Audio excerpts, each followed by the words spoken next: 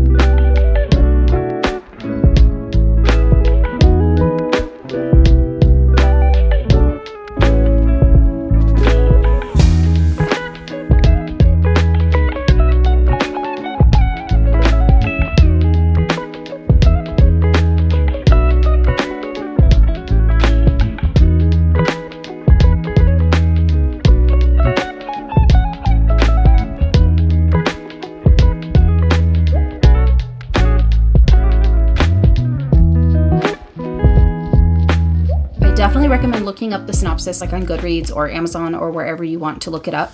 I'm not going to spend a lot of time reading you what you can look up on your own, but I just want to tell you from my perspective what my experience has been with the book. It's a dual timeline, so we're seeing the main character in like present times in this fantasy world, and then we're having flashbacks and it goes back and forth. There seems to be a lot of lore in this. I want to do some more research, but I feel like it is representative of some like Middle Eastern or Asian mythology. There's definitely a lot of Middle Asian representation in here. I know there were a lot of things in here that reminded me of India. That is the culture I'm the most familiar with in that area of the world, but I'm sure that some of it is similar in those surrounding countries. Like, I want to learn more about this book. I feel like this book was deeper than most. I feel like it's one that I might want to reread, and it potentially could be like a favorite series, because these are the kinds of books I like. If you liked When the Moon Hatched, you will probably like this, because it's just, I don't know how to explain it. It's a very unique, intricate world, intricate storytelling, lots of detail. I feel like by the time I get done with this trilogy, I'm going to be like, whoa. I don't know. I'm just kind of like trusting the process. And it's weird. I haven't really heard anyone talk about this recently. Hey, can you stop? Sorry. Words are not wording, which is a problem when I'm trying to vlog. But all I'm trying to say is this is like one of the most unique witchy books I've read, and I feel like it might be based on some long-standing witch lore from other cultures. Okay, so I'm not crazy. I ran and got my phone, and I wanted to look up about the book. So The Bone Witch is based on mythology, and it basically incorporates mythological tellings from several different places. So it involves bone witches that are like strong mythological witchy characters in the Philippines. A lot of the world is drawn from Middle Eastern customs, which is what I picked up on. It also draws a little bit from the practice of geishas. A huge element of the series is deva, which are demonic beings. So I'm just going down a Google trail, a Google hole, rabbit hole. And this is what I do when I read, and I love it, especially when I read books like this. I love learning about new things. I love learning about customs. I love learning about mythology or even historical events, people I didn't know about. So I'm just taking you along with me, and that's what these vlogs are all about. So in this book, we're drawing on all of these different stories and myths and legends. What is really on point in this book is the world building. She describes everything so well. You can imagine all of it, and you feel like I was really immersed. I felt like I was in a different world. Right on the front of the book, it says, "Let me be clear. I never intended to raise my brother from the grave." At the very beginning, so this is not a spoiler, okay? It's like right on the front of the book. At the very beginning, we have our bone witch, Tia.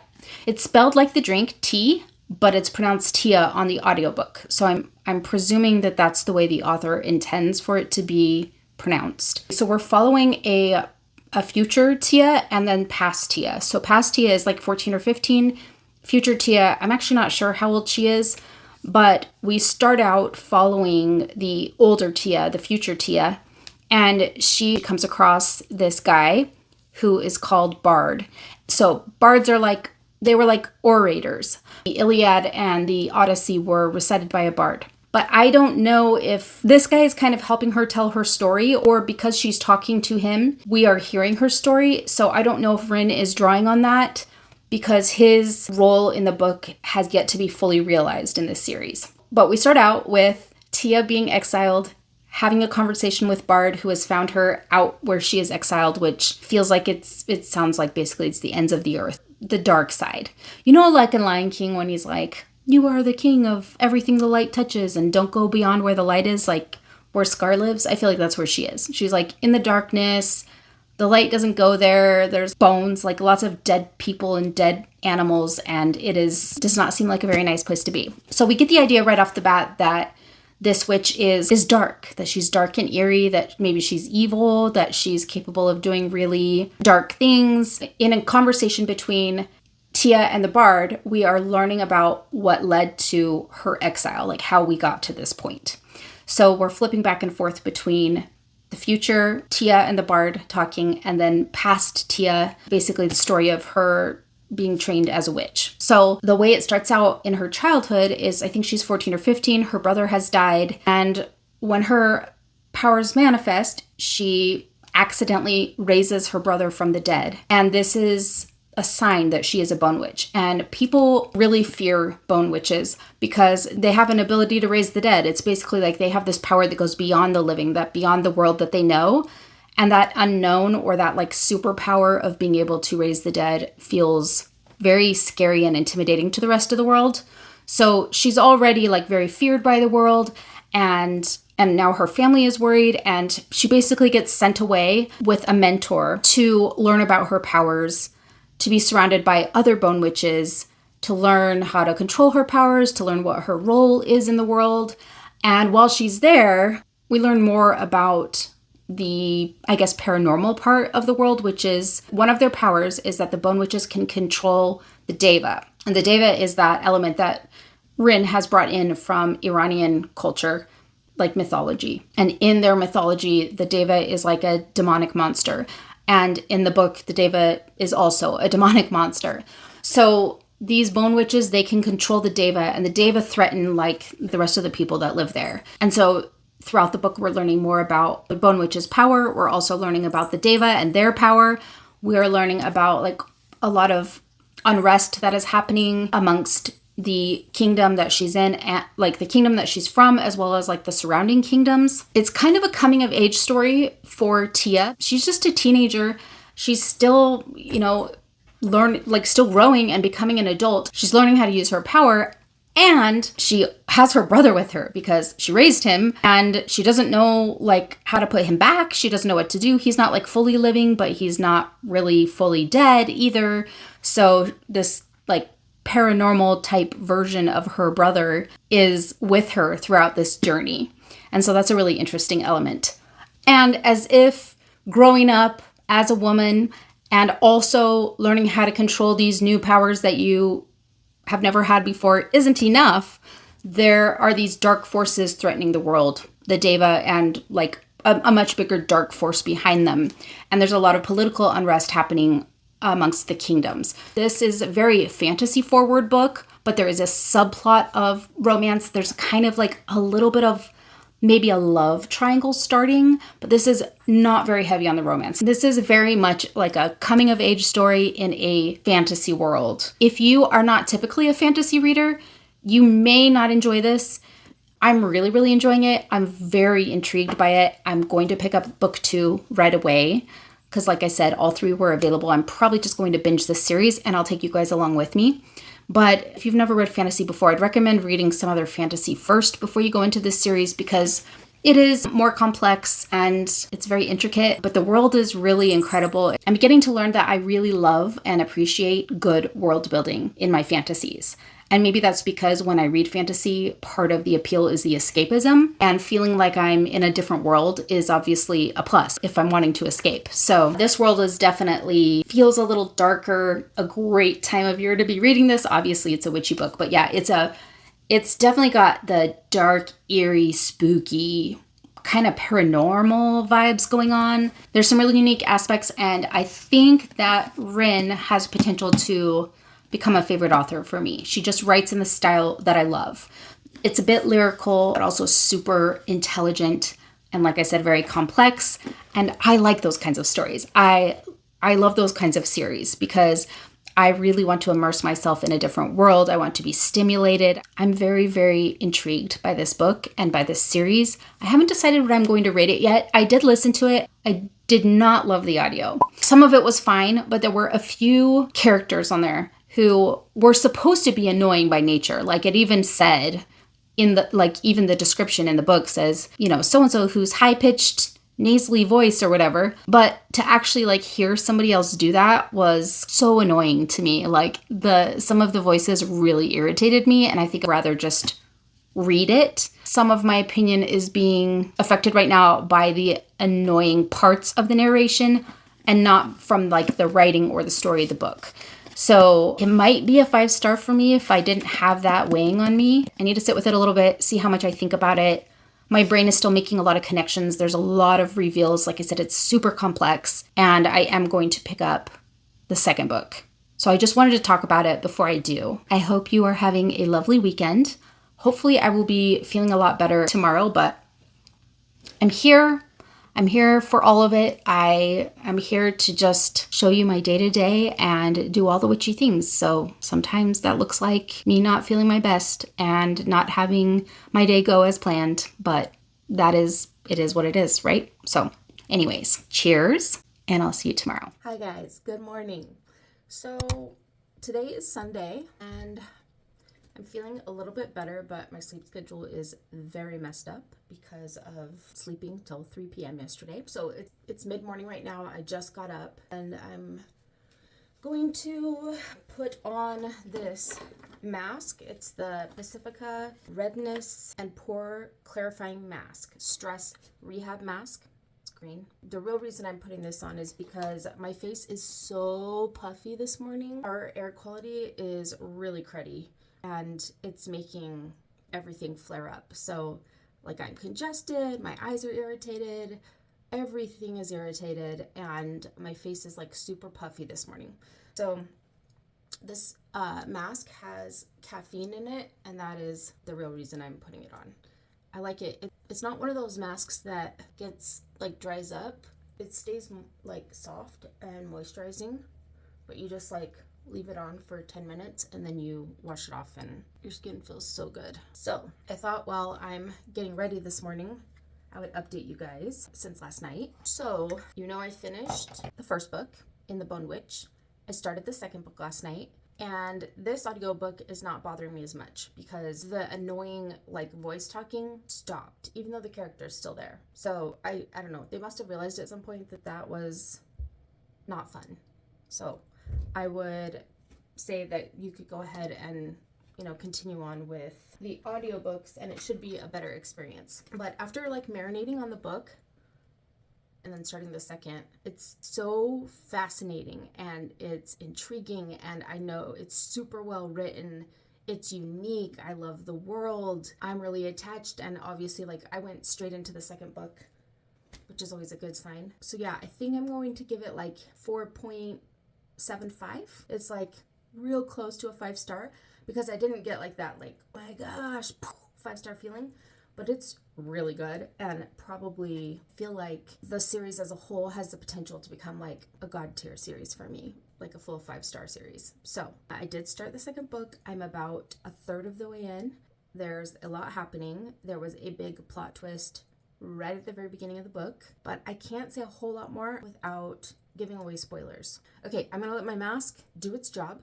I am going to pack up some of my things because I'm heading over to my partner's house today to spend the rest of the day and night with him. And then yeah, I'll be back to do the rest of my skincare, and then we will head out for the day.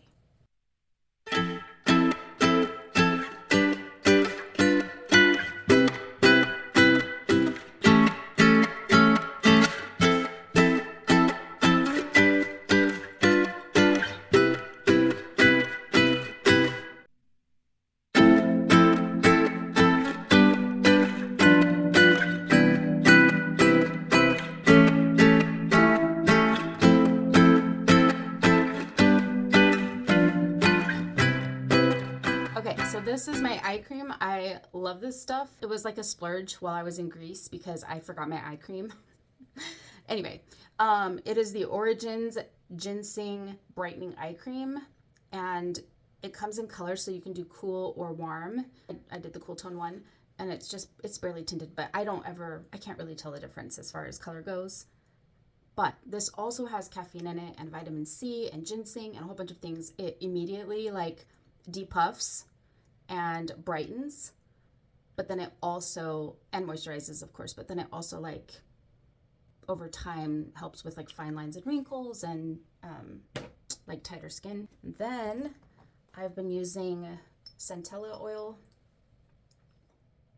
Comes from a plant and it absorbs really quickly. It keeps your skin moisturized and it helps with like redness and irritation. And like I said, my skin's been super irritated because of the air quality. And then I'm putting on my hyaluronic moisture boost serum from Trader Joe's. I love this stuff.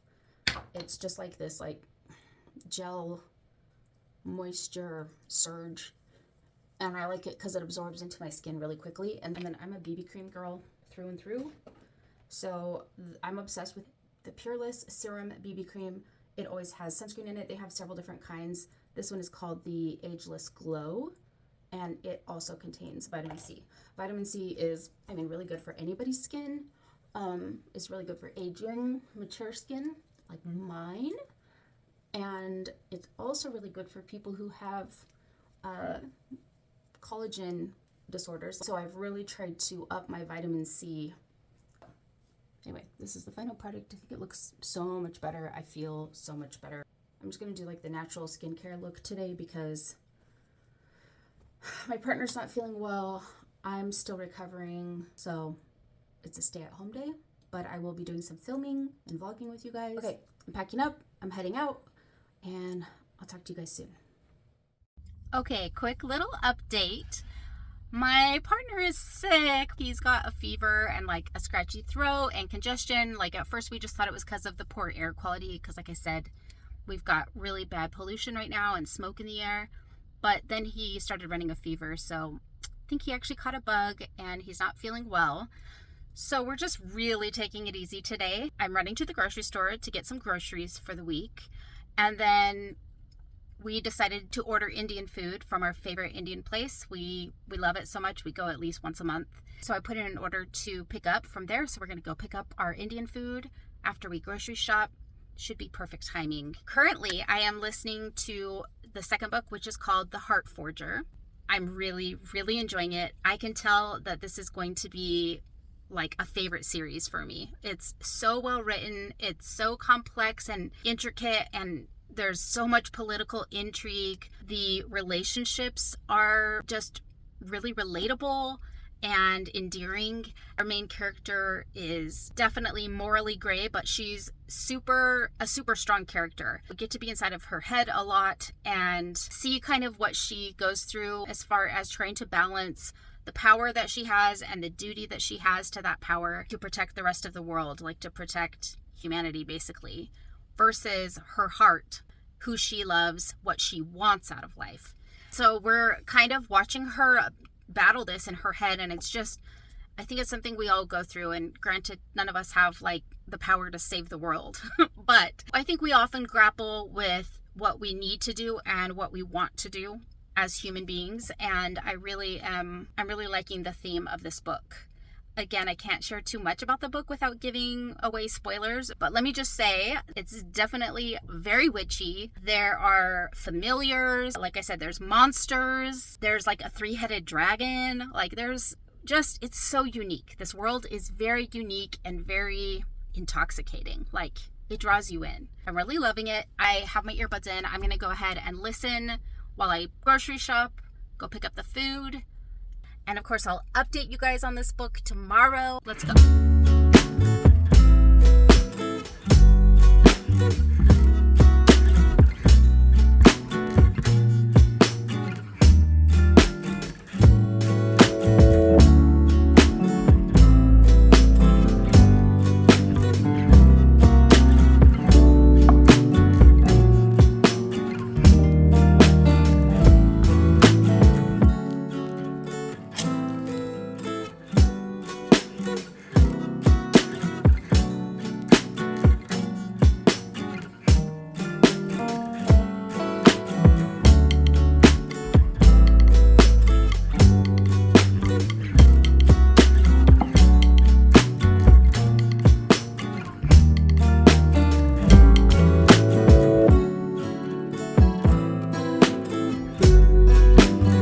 Hi guys, welcome back. I hope you guys are having a good day.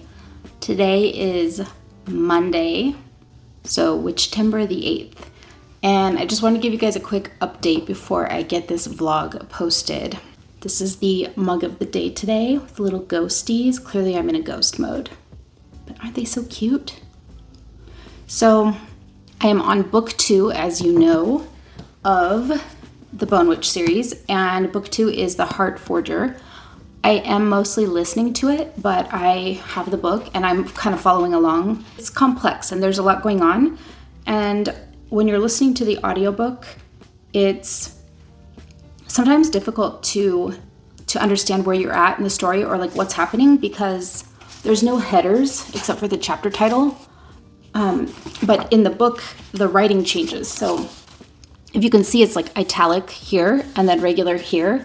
Those italices, they signify like a change in time or a change in thought. But when you're listening to the audio, there's nothing to let you know. And so there's a lot of going back and forth between the two time periods. And sometimes I'm like, wait, what? And it's because we're in a completely different timeline and I missed it. So I started kind of following along in the book. Other than that, the audio is much better. It's not as annoying as the first book, which honestly, the first book got better after like maybe 25%. The audio was fine. It's not my favorite audio of all time, but it's way better. I'm really enjoying this. You know how sometimes the middle book in a series can be kind of like feel like a filler where it's just dragging on or you're not like having a lot of action? That's definitely not what is happening in this. This book is full of action. Like I would say this book is mostly plot. We are seeing a little bit more of the romance. There is like a little love triangle. It's a super, super slow burn. So we're talking that this is book 2. This is all that's left. Okay, so we're like a book and 2/3 of the way through, maybe? Yeah, I think I'm like 65-66% of the way through of book 2 right now, and they just barely got together, like barely kissed for the first time. So it was super exciting, but I love slow burns. I also like love triangles, so this isn't really heavy on the triangle part, but the slow burn for sure is slow, but it's worth it. It's so good when they, like I wanted to squeal when they finally got together. So much happening in this book. I wouldn't be able to summarize it even if I wanted to, but I don't want to because spoilers, book number 2, but I'm loving it. I'm not feeling my best, still not feeling well from the last few days. And my boyfriend is super sick. So we've really just been chilling, haven't been doing a whole lot of exciting things, been listening to the book and also getting a lot of rest. So I think I will go ahead and end this vlog here so that I can get this up tonight because it's been a few days since I posted. I have been filming though for you guys, so hopefully you will forgive me. I plan to get back to my daily posts the rest of this week. So I hope you guys enjoyed this, and book 2 and book 3 to be continued. And if you're new here, make sure you like and subscribe. We'd love you to stick around, and I'll see you guys later. Bye.